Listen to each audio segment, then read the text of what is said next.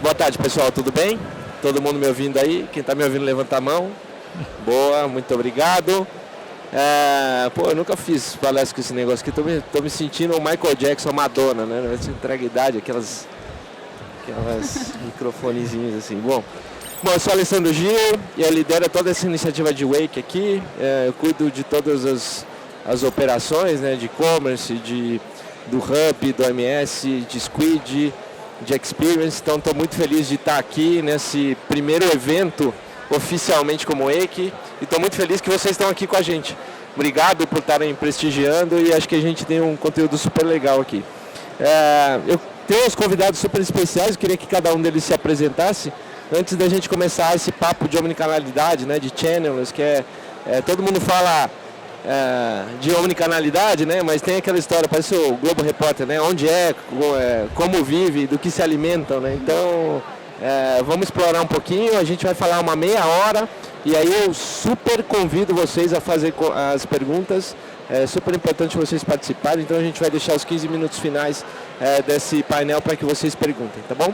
Muito obrigado. Então eu queria primeiro, as damas, Thaís, pode começar, fala um pouquinho de você, da operação e um pouquinho da sua experiência. Boa, perfeito. Meu nome é Thaís, eu sou publicitária, né, tenho 25 anos. Hoje eu atuo na Singular Medicamentos, sou diretora de marketing. Sou formada em jornalismo, depois, durante a minha carreira, fui me especializando aí na área de marketing. E hoje eu sou especialista em neurociência do consumidor, né? Legal. Então, toda a minha trajetória, ela foi na área do marketing esportivo, né? Atendendo grandes marcas como Ambev, Red Bull, Adidas, atendendo os clubes mesmo de futebol.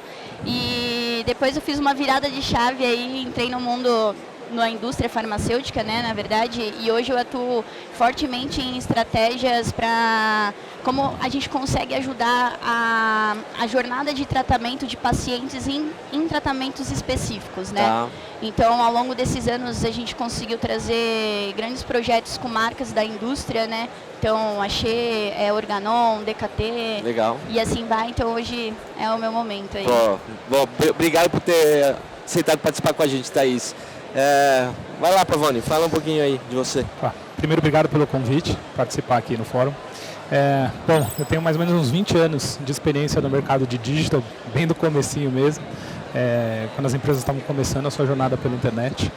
Nos últimos 15 anos, para acelerar um pouco a trajetória, tenho me dedicado a essa transformação digital do varejo, e um varejo muito forte de loja física, né, que passou a tratar dentro dos seus processos essa camada de digitalização. Então passei por Boticário, passei por C&A, Restock, Saraiva e mais recentemente eu liderava toda a estrutura de comércio eletrônico da Centauro, né, um player também muito forte quando a gente fala de omnicanalidade, né, desse conceito que a gente vai tratar aqui hoje. Boa. E Girelli, fala um pouquinho de você. Valeu, boa tarde a todos. Meu nome é Thiago Girelli, também estou há quase 20 anos já nesse mercado de e-commerce, né? A gente estava quando tudo era mato, né? Quando esse evento aqui não era nem aqui, né? Quando ele foi lá na FEComércio, o primeiro evento. E também trabalho na parte, hoje eu lidero toda a parte de e-commerce, toda a parte do MS, plataforma e hub. E junto com o Gil aí, a gente está nesse projeto aqui. E estou bem feliz aí de participar com vocês. A ideia é a gente falar um pouquinho aí sobre essa parte aí que é tão integrante aí com relação à omnicanalidade, né? Bom,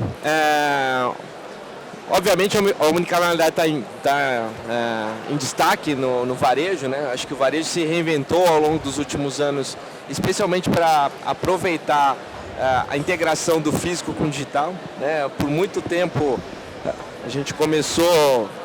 Estou com esse monte de fio aqui me trabalhando.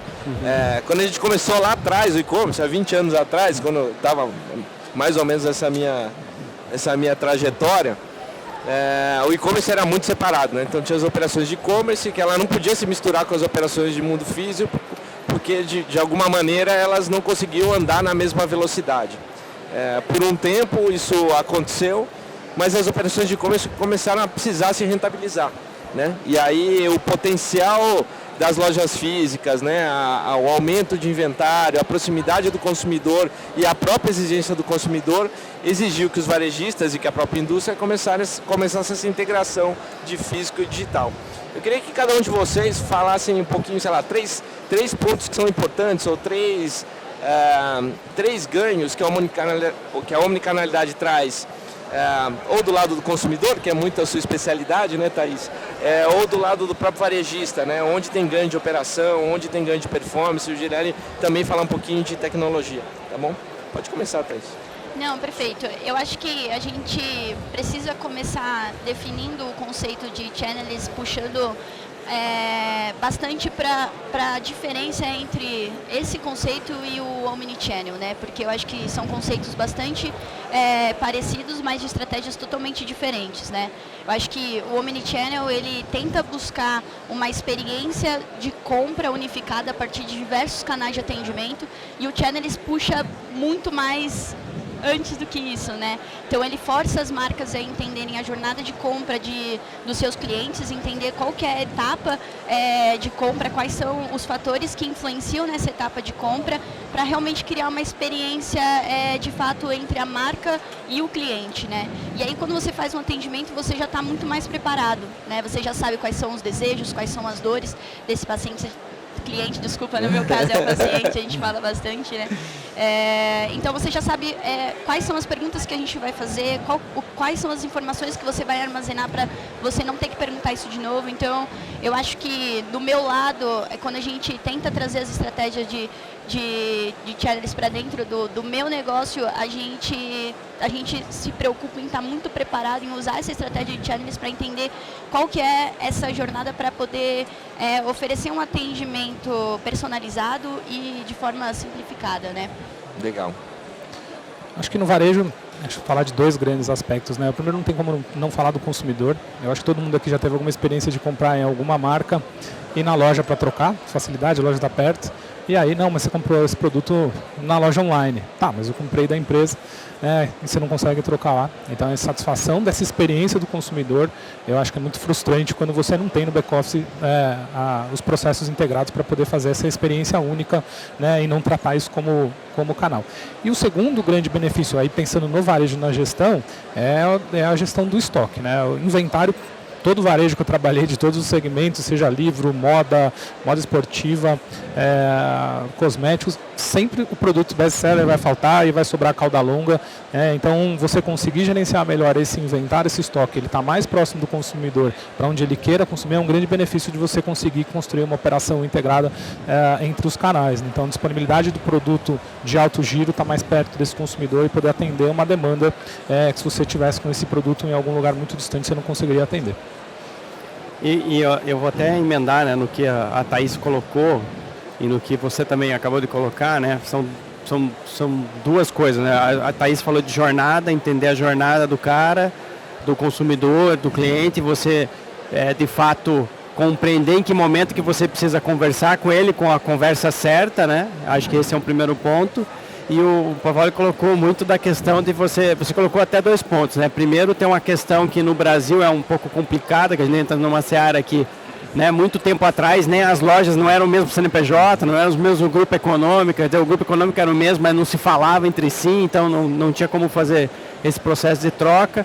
E você trouxe essa questão de usar a tecnologia para você melhor inventariar, né? No caso, você fazer o teu melhor sortimento dentro do público que está ali para receber aquela oferta, enfim, né, selecionar melhor a tua loja, o teu conceito de loja, como é que você vai fazer o pick-up daquela loja, o chip daquela loja, como é que você vai conseguir fazer isso. Eu acho que tem muito a ver com tecnologia, né? Então, assim, hoje, o varejista que realmente não está enxergando que a tecnologia é um caminho para isso, né? Então, a gente vende tecnologia, a gente faz isso a vida inteira e resolve essas dores, né? Saber como a gente conecta a jornada melhor, como a gente consegue selecionar as coisas. Eu acho que isso tem tudo a ver com a tecnologia, com a integração, que eu acho que a grande dificuldade de tudo nesse ponto é como que a gente integra as coisas melhores, né? Vou inverter a ordem agora, Pavoni, falando um pouquinho da tua experiência no passado aí, tem alguns bons casos, super interessantes aí. Então, mesmo o varejo de vestuário, que o tempo de entrega é super importante, né, para o aumento de conversão. Ou então caso como a Centauro, por exemplo, né, que é dados públicos, né, se olhar no RI deles, 55% da venda hoje é atendido por uma loja física, né, então tudo que a cada 100 compras que acontecem no e-commerce, 55 são atendidas pelo estoque da loja física, seja pelo pick-up ou seja pelo ship from store. Como é que essas operações davam importância para a omnicanalidade e quais foram os principais passos para transformar as operações em channels? Eu vou começar acho, do desafio, depois eu falo como é que a gente... Acho que o primeiro grande desafio, pensando na maioria das companhias, é que a gente se organiza, a gente fala que é channels, né, omnichannel, mas a gente se organiza por canal. Então eu era o dono do canal online, né, então eu tinha que de alguma maneira impulsionar essa venda online. E nas estruturas a gente não tem ninguém que está olhando, né, na grande maioria das companhias está olhando essa experiência fim a fim, né? Então todo mundo tem suas metas por canal, as estruturas estão construídas para atender por canal. Então esse é acho que o grande desafio das companhias, pensar mais nessa experiência única e não pensar cada um potencializando o seu canal. E aí o segundo é como é que você vai desbravando isso, né? É todo mundo participar daquele resultado. Quando você olha para o varejo, mexe no bolso de todo mundo. Então essa venda que é feita, né, de um ship from store, de um pick-up, a loja participa dela, ela entra por resultado para a meta, né? Então se a loja ficou perto da meta, mas ela complementou isso com omnicanalidade, a loja atingiu a meta dela, isso gera remuneração para a venda lá na ponta. Então você precisa criar mecanismos que vai estimular, né, depende de cada cadeia, mas você vai estimular com que todo mundo participe e entenda que a experiência do cliente tem que ser única, né, e não que ele tem que buscar uma venda do seu canal e a gente canibalizar dentro da própria estrutura. Boa. Thaís, como é que a Singular está nesse mundo channelers? Conta um pouquinho pra gente.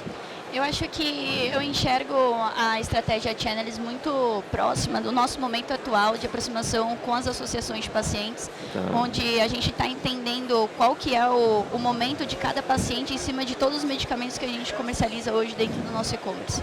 Então, a gente fala com pessoas que estão extremamente num momento delicado e porque acho que quando você recebe um diagnóstico dos medicamentos que a gente trabalha, que é uma linha totalmente específica, que a gente vai de oncologia a doenças raras, então são pessoas que nunca acharam que iam ter que fazer esse tipo de compra, né? Então a relação que a gente cria com esses pacientes é uma relação já de conforto, de segurança, de confiança, e aí já não importa mais por onde ele está falando comigo, se foi pelo telefone, pelo WhatsApp, se ele veio até a Singular também ali na loja física, né? E sim essa relação que eu estou criando junto com ele, né? E eu acho que a partir dessa visão a gente consegue oferecer para esse paciente uma experiência focada em toda a vivência dele até a etapa de compra do medicamento. Então a gente vem focando bastante em pegar esse paciente desde o diagnóstico até na onde ele vem a comprar e até quando ele sara desse tratamento, né? A gente fala que a gente não pode bater muito na parte da cura, porque às vezes não existe cura, às vezes ele vai ficar paliativo. Exatamente com esse tratamento até a vida dele, né?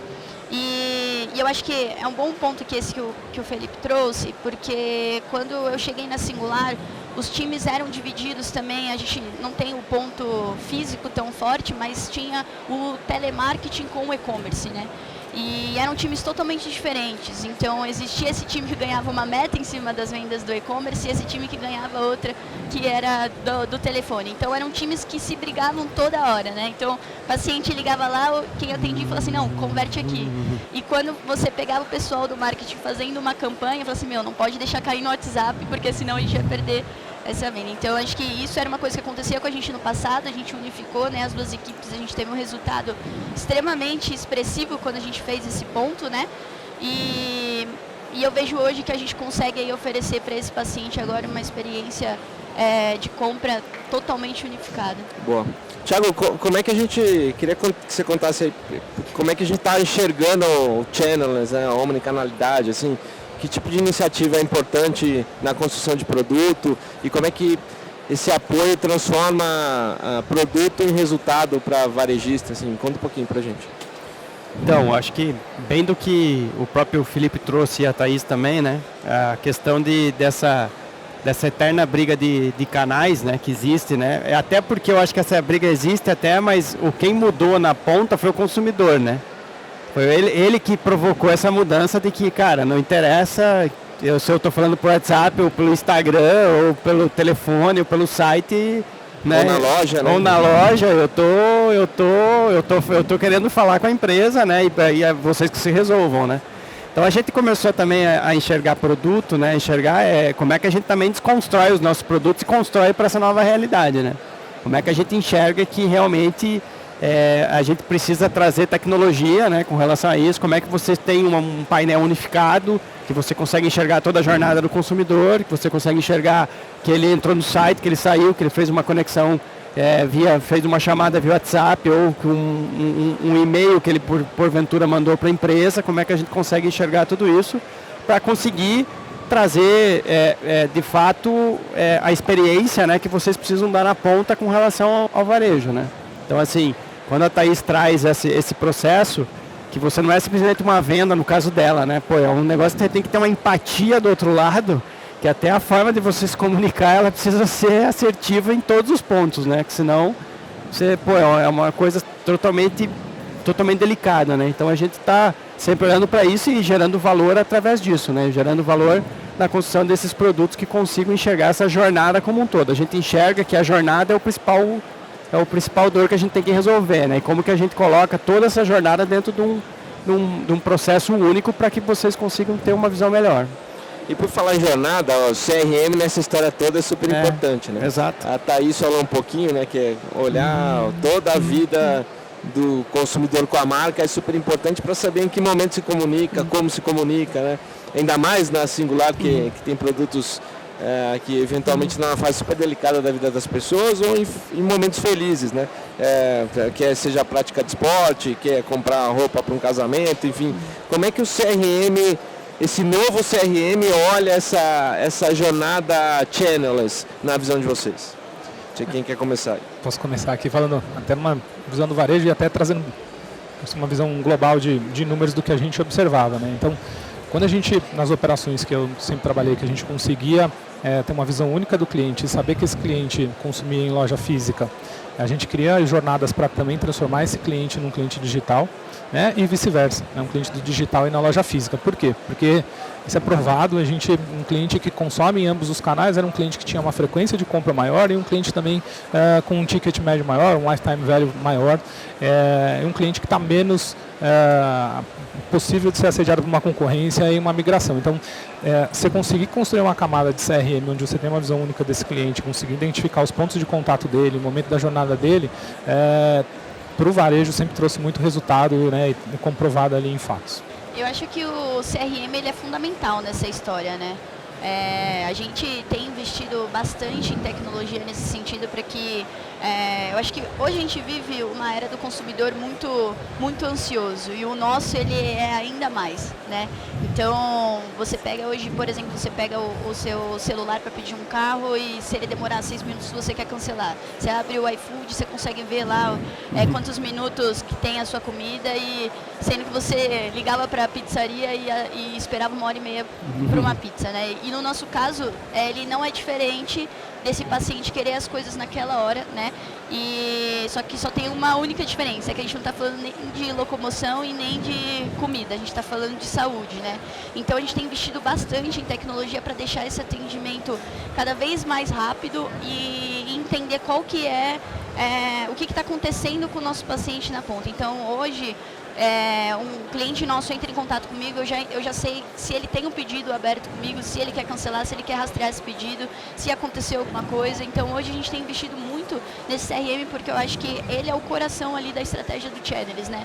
Você tem que ter informação na ponta, você tem que oferecer um atendimento simplificado, mas também transparente, né? Então porque se você tem ali a informação que o pedido está atrasado, você precisa entregar isso para ele e não dá mais para ser talvez uma pessoa falando isso. Você tem que ter uma integração, por exemplo, com a transportadora, tem que ter uma integração com o seu e-commerce, uma integração com o pessoal da ponta, entendeu? Com o time de atendimento, precisa ter essa informação muito transparente para passar para esse paciente. Então Legal. eu acho que o CRM ele é o coração para essa estratégia. Bom. E eu vou até usar um caso que aconteceu comigo. Não vou falar o nome da marca e também não é nossa cliente, então, mas eu fui comprar um presente para minha esposa com meu filho pro Dia das Mães, né? E daí, no caso, foi uma bolsa, uma coisa de moda. E eu comprei a bolsa, né, para ele lá, o presente das mães, ela adorou, enfim, né, qualquer mãe adora o presente, né, enfim. Mas foi engraçado que daí eu recebi, quase 60 dias depois, um WhatsApp perguntando, falando assim, parabéns pela sua compra. Você acabou de adquirir um produto de alta qualidade. Então, assim, você veja como é essa questão também, como a gente estava falando do momento certo de fazer a chamada. Pô, 60 dias depois, ali, ainda mais eu que estou de tecnologia, já imaginei, né? Puta, não funcionou alguma coisa, alguém apertou algum botão em algum lugar lá, apareceu a mensagem agora, deve ter eu e mais 200 pessoas devem ter recebido a mesma mensagem, né? E daí totalmente inapropriada, né? Totalmente fora de contexto, né? Então, o que a gente estava falando, né? O qual essa questão, como a Thaís também acabou de trazer, essa questão de integração, ela cada vez mais está presente no negócio, precisam ser cada vez mais presentes nos negócios mesmo com relação aos processos, né? Que tudo que é manual tem chance de dar falha altíssima, né? Boa.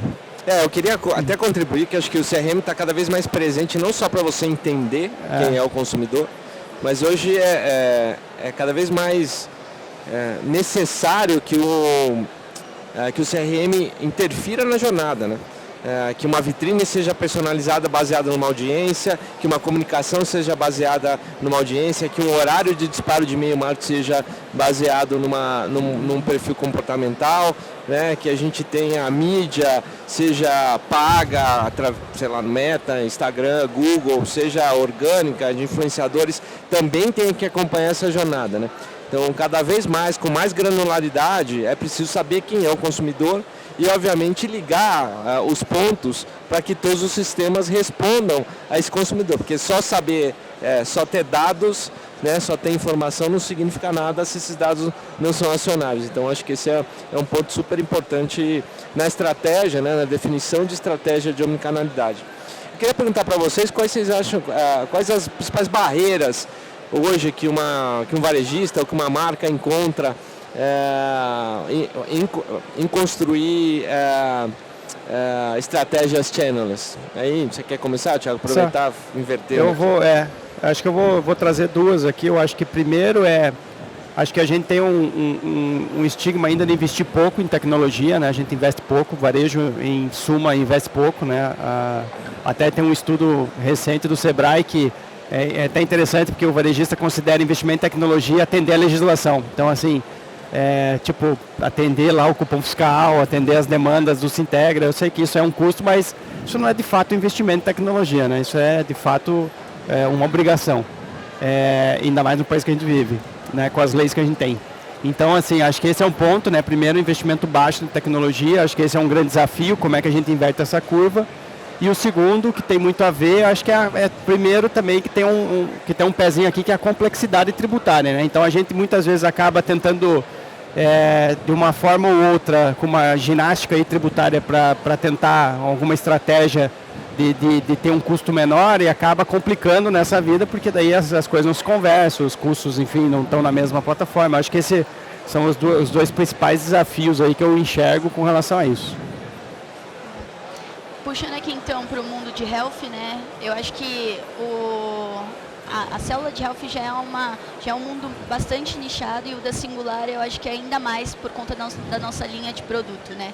Então, hoje a gente tem limitações desde campanhas publicitárias, onde a gente não pode falar o nome do produto que a gente está vendendo, onde a gente não pode, por exemplo, colocar um shopping no Instagram, você tem que vender um produto sem promover de fato a compra dele, né? Então é bastante específico. Desafiador. A gente tem que focar ali nas mídias de performance, talvez mais em Google, Quanko, Blue, então fica bem limitado, né? A gente busca outras formas.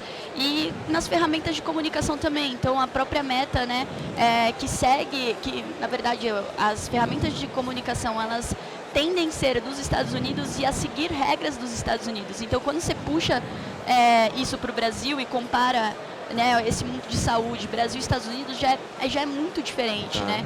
Então, acho que todo momento a gente tem que estar se reinventando e usando meios que estão disponíveis para a gente, né? Para a gente criar uma experiência de compra para esse paciente da melhor forma possível. Então, acho que as barreiras que eu encontro assim dentro do mundo de saúde são essas, para a gente tentar trazer soluções que entendam o nosso mercado e que consiga ajudar a gente nessa trajetória, né? Boa. Eu divido os desafios aí num tripé, acho que pegando o gancho, né, o Girelli falou tecnologia. A tecnologia tem que ser um enabler para isso acontecer. Acho que tem o segundo, que a Thaís falou, é a jornada. Como é que você olha a jornada, você tem que desenhar o processo. Então, como é que eu vou falar com esse cliente, quando, quais são os gatilhos, né? E o terceiro são as pessoas. A gente precisa treinar os times para eles entenderem essa gestão, essa experiência, ela tem que ser única em qualquer canal, de uma maneira integrada. Então, você precisa resolver essas três frentes, né, numa operação aí de retail, de varejo, para conseguir fazer que você crie uma cultura de channels lá dentro da companhia. Acho que esse terceiro é o maior, inclusive, né? Porque na Centauro, a Centauro só virou esses 55% quando eles mexeram em treinamento e remuneração, né? Não tem mágica. Não tem... Boa. A gente tem 3 minutos aí, que eu queria que vocês fossem pensando nas perguntas, que eu já vou abrir para a plateia, então, por favor, criatividade de vocês é importante nesse momento. E aí, para fechar, eu queria 2 dicas de cada um, rapidinhas, para quem quer começar uma estratégia omnichannel ou channelers amanhã, ou hoje à noite, a hora que sair do fórum aí. Thaís, você primeiro.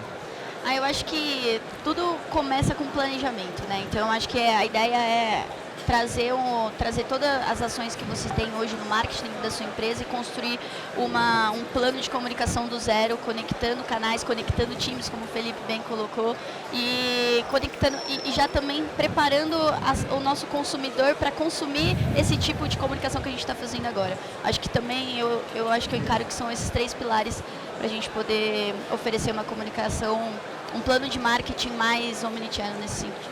Legal. Filipão? Além do planejamento, tem uma questão de testar muito e aprender, né? Acho que hoje a gente tem ferramentas, tem possibilidades, tem muito teste que a gente consegue fazer e você não vai conseguir desenhar a operação perfeita pensando num modelo de omnicanalidade ou de channels. Então, testa muito, começa, faz pequenos testes, vai aprendendo, isso vai te dar muita velocidade para conseguir dar escala, né, e revisar o seu planejamento e conseguir fazendo as implementações. Para isso, ter a escalabilidade dentro do negócio. Boa. E também, acho, só complementando, acho que já falaram, acho que bem, né? Acho que planejamento e o Felipe trouxe aí agora a questão do teste. Eu acho que isso é importante também. E eu colocaria mais um, né? Procurem benchmarks, né? Procurem referências, né? Tem muita coisa aqui, tem muita coisa fora.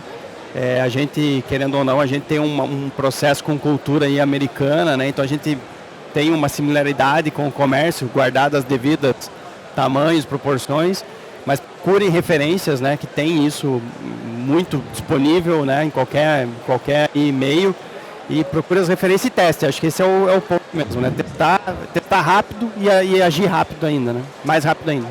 Boa. Eu queria, antes de abrir, deixar um só, que vão lá e comecem, né? Porque, assim, putz, vocês vêm aqui na feira, vê um monte de gente falando, passa no stand, vê um monte de fornecedor, um monte de iniciativa legal, e aí chega no dia seguinte, não, mas veja bem, isso aqui vai dar trabalho, eu não tenho dinheiro suficiente. Cara, começa na planilha, começa fazendo de algum jeito que seja viável, né?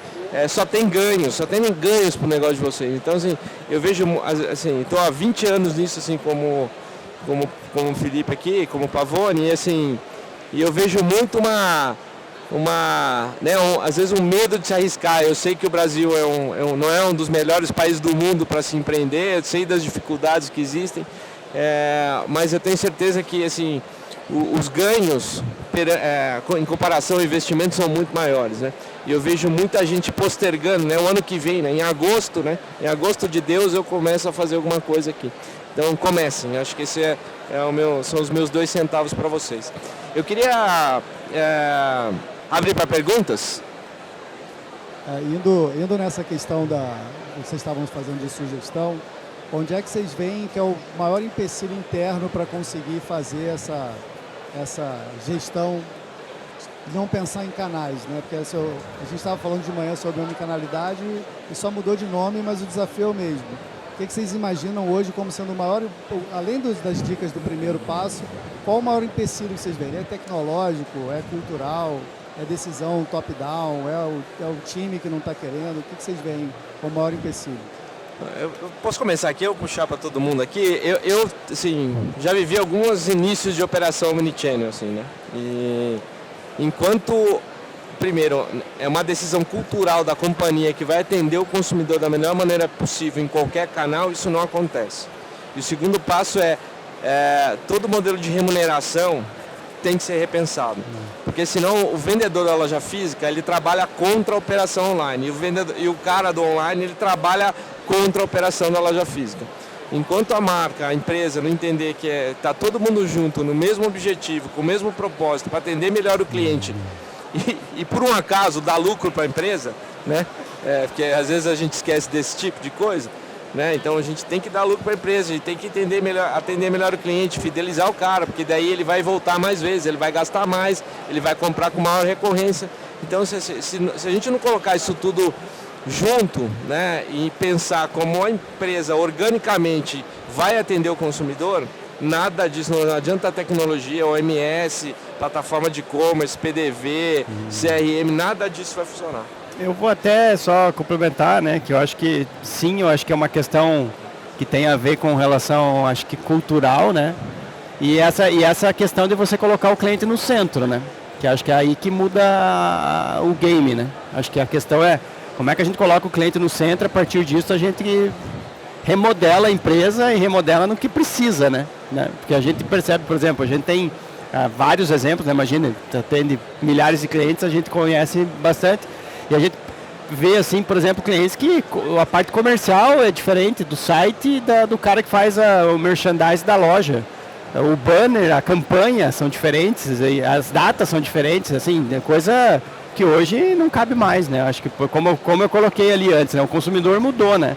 O consumidor, para quem tem filho adolescente, sabe, né? Eu tenho filho adolescente, cara, é tudo para ontem, acha que na internet, né, e na loja física é tudo a mesma coisa, né? Então, mudou, né? Ele está com um outro mindset, né? A gente precisa mudar o mindset também dos negócios. Eu acho que é muito na linha do que vocês dois já falaram, principalmente nessa parte do mindset também. Eu acho que o maior desafio é a cultura da empresa. Você mudar processos e procedimentos que já estão estabelecidos dentro de uma organização para um novo conceito. Eu acho que esse é o maior desafio. É você levar para o seu CEO, levar para pessoas que estão na ponta também, que agora eles faziam esse atendimento e agora vocês vão ter que fazer dessa forma. Eu acho que é aí que está o maior gap da história, né? Então tem que fazer campanhas tanto de engajamento externo com o novo consumidor que vai consumir de uma forma diferente, mas também com o consumidor interno da empresa, né? Então acho que esse é o maior desafio, é você conseguir comprovar que essa estratégia vai trazer retorno, que ela é importante para a empresa e principalmente para os colaboradores. Eu acho que o último complemento dá trabalho. Esse é o ponto. Porque você vai mexer em todos os processos do que todo mundo faz, vai ter que mudar. Então acho que você precisa convencer todo mundo que o trabalho vai ser, lá na frente vai ser vitorioso, vai trazer benefício para todo mundo, mas dá trabalho, é difícil convencer todo mundo a ter mais trabalho, hoje está todo mundo sobrecarregado, então precisa ser muito bem vendido e os times vão comprar muito bem essa história, porque vai gerar um monte de trabalho para todo mundo, de coisas que você não fazia, não estava acostumado ali no dia a dia, né? Vai ter mais pratinho para rodar. Eu sou o Caio, eu conheço o Paponi, a gente trabalhou junto na Centauro. Boa. Mas eu vou colocar uma pimentinha nessa conversa, porque quando a gente coloca o marketplace no assunto, dentro de uma plataforma, o channel ganha um assunto, passa a ser não só cultural dentro de uma própria espinha, mas a gente tem que ramificar essa cultura para o seller, porque para o cliente, a bandeira que está sendo comprada é a que está lá no site, não é o vendedor, né? Como é que vocês veem essa visão, essa solução de longo prazo, unindo o marketplace para as plataformas? Eu posso até começar, eu acho. Você trouxe uma pimenta mesmo, né? Porque primeiro a gente tem até uma questão que agora, né, tá mais regulamentada, mas até há pouco tempo atrás, né, os marketplaces também se isentavam da responsabilidade, né, do trato até hoje, né, eles falam, esse é o problema do seller, tal, como se a venda não tivesse sendo intermediada por ele não tivesse lá todo conhecido, né? E daí você traz um contexto que eu acho que é bem isso, né? Que você já tem uma dificuldade interna para você fazer a tua operação virar uma operação omni, né? Só que você daí tem os terceiros que estão entrando, né? Que daí estão com um objetivo econômico mesmo, né? De ter mais vendas, enfim, ter enfim, qualquer outro que seja o objetivo. E eu acho que o grande desafio é como que você, de novo, né, vai ter que ter um processo muito bem estabelecido, você vai ter que daí criar talvez uma cultura de como é que você pontua os sellers, vai ter que também ter uma questão como hoje os marketplaces estão fazendo, né, com relação a isso, tempo de resposta, você não responde, estão começando a também enxergar isso de uma maneira que faz parte também do que ele querer enxergar isso, as plataformas também estão melhorando isso, tanto que a gente tem aqui até parceiros que já tem plataforma que conectam com a gente para fazer a gestão dos sellers. Então, assim, já não é mais uma coisa que já tá se especializando também num nível de a gente conseguir mapear quanto que esse cara demora para mandar o pedido, responder uma pergunta, uma dúvida, ou não postar o status, ou postar o status. Então, a gente também já está criando especializando isso que antes era, né, que até pouco tempo atrás ninguém se falava nisso, agora a gente está falando que qualquer loja virtual pode se tornar um marketplace, aumentar essa cauda longa, aumentar o seu mix de produto, também aumentar, né, a sua capilaridade, entregar melhor para o cliente final, né? Então também tem tudo isso que está acontecendo também. Quer falar aí? O Caio fez a pergunta para mim. Mas para mim não muda nada. Acho que é a visão do consumidor. O consumidor escolheu entrar no meu marketplace, escolheu comprar um produto, camisa do Brasil, que eu não tinha no estoque. Cara, independente de onde está saindo, eu tenho que atender ele bem, eu tenho que cuidar do processo fim a fim. E se ele precisar trocar, eu deveria conseguir usar a minha loja para atender ele. É simples, não é simples, tem tecnologia para isso, não tem. Mas acho que o conceito tem que estar na mesma cabeça. Se você tem um marketplace que representa 25%, 30%, 50% da venda, você não pode mais deixar isso como um processo acessório. Na verdade, isso tem que estar no mesmo mindset da companhia de atender o cliente fim a fim. Eu penso 100% igual, assim. Eu acho que vai da seriedade do marketplace pontuar, eliminar os sellers, enfim, privilegiar sellers que têm bons atendimentos, porque no fim do dia é a Centauro que é vista na ponta, né? Tem uma empresa que você trabalhou, que eu participei da operação de omnichannel deles, aí eu fui fazer uma compra cliente oculto, né? Comprei online, fui buscar na loja, a gerente da loja eu falei, mas por que você comprou na loja, no site? Vem aqui que eu te dou um desconto. Não compra no e-commerce, não compra comigo. Né? Não era quando eu estava lá, né? Exato. Não era quando você estava lá. Você já saiu. Mas assim, é um assunto espinhoso, que se a empresa não entrar a fundo e mexer na remuneração da vendedora e da gerente, ela não vai mudar. E aí a fricção vai acontecer, a experiência do consumidor vai continuar sendo ruim. E esse é um paralelo para o seller. Se o marketplace não olhar o seller como ele tem que olhar e tratar isso, que é um assunto espinhoso, a experiência vai continuar sendo ruim e aí ao invés de comprar no teu marketplace, ele vai comprar no marketplace do vizinho. Quer falar, Thaís? Foge um pouco do meu know-how, né? Porque a gente não pode... Como consumidora, o que você acha aí que, sei lá, você compra da Amazon lá e o seller demora para entregar, como é que... Eu concordo com o Felipe, acho que eu vou estar comprando o Centauro, então a responsabilidade na minha cabeça vai estar sendo da marca mesmo. Então, para mim tem que ter um padrão, independente de onde está sendo o canal dessa venda. Bom. Não tem jeito. Perguntas, galera. Bom, vou então, se ninguém pergunta, eu vou perguntar se é a última rodada, assim, aí começando, principalmente para os dois aqui, quando vocês ligaram o Omnichannel, né, e começaram a evoluir para o channel, né, de tirar a fricção de uma maneira geral, assim, quais os ganhos de crescimento, assim, né, sei lá, vocês obviamente não podem falar faturamento, mas a conversão dobrou, o NPS aumentou 10 pontos percentuais, a loja física teve mais faturamento. Conta um pouquinho pra gente. Eu posso até te contar um case até mais recente, não posso dar os números, obviamente, mas a gente fez o teste inverso. Tá. Né? Porque a gente já estava num patamar de 50% da venda Omni. Tá bom, e se eu desligo ou se eu só trabalho com algumas lojas, alguns hubs, quanto que essa venda e essa conversão cai? O nosso sortimento caiu mais ou menos uns 30%, pensando em produto 1P. Então você começa a ter uma ruptura gigante na loja que você não via. Só para traduzir, você desligou lojas, né? A gente desligou a loja. Ao invés de ter 200 lojas, você deixou 50. É isso aí. Então você perde rapidamente para a visão do consumidor, você perde uma disponibilidade gigante de estoque e aí isso impacta em conversão. A conversão caiu bastante na hora que você começa a ter muito furo de grade. Você começa a perder poder de geração de tráfego, porque você indexa esses produtos todos nos buscadores, na mídia, e você deixa de ter agilidade para entregar num cliente que está ali na ponta. Então, a gente fez esse teste de 230 lojas e falou, vamos operar com 80, ver o que acontece. Né? E, cara, você desmonta um castelinho que levou tempo para construir, né? Que representa 50% da venda de digital. Né? Estamos falando de uma operação, preço de capital aberto de mais de R$ 1 bilhão. Então, imagina quanto tempo leva para construir, e se você começa a desligar, quanto potencial você perde numa operação que já tem esse conceito de channels, né? Boa. Thaís? Boa. Eu acho que, como eu falei, né, no nosso mercado o ponto off não é tão forte, mas existia uma briga muito grande entre o time de telefone e o time da internet, né? E quando a gente unificou isso dentro da Singular, acho que mudou 100% a nossa operação, e até um case que a própria Wake usa, né, que a gente triplicou o nosso faturamento em menos de um ano.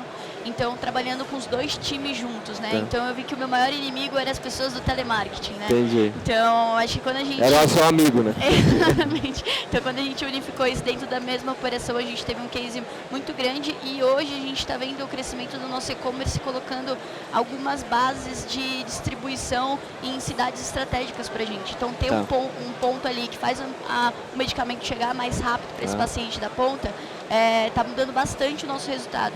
Então, acho que dentro das estratégias que a gente teve foi unificar esse time do telefone, né? Porque, acredite, muita gente ainda compra pelo telefone, principalmente no nosso mundo, junto com o pessoal da internet, e usando a logística, porque nós somos um delivery, como um diferencial da marca. Isso fez também com que a gente crescesse bastante o faturamento. Boa. Tiagão, quer contribuir aí pra gente fechar? Já foi? Já foi. Bom, acho que a gente já deu horário, então levando a tapaquinha que tem 1 minuto só, se alguém quiser fazer mais uma pergunta dá tempo, se não tiver perguntas, eu agradeço a presença de todos aqui, curtam o evento que tá legal demais, e voltem mais tarde aí para tomar um café com a gente, tá bom? Obrigado, até mais.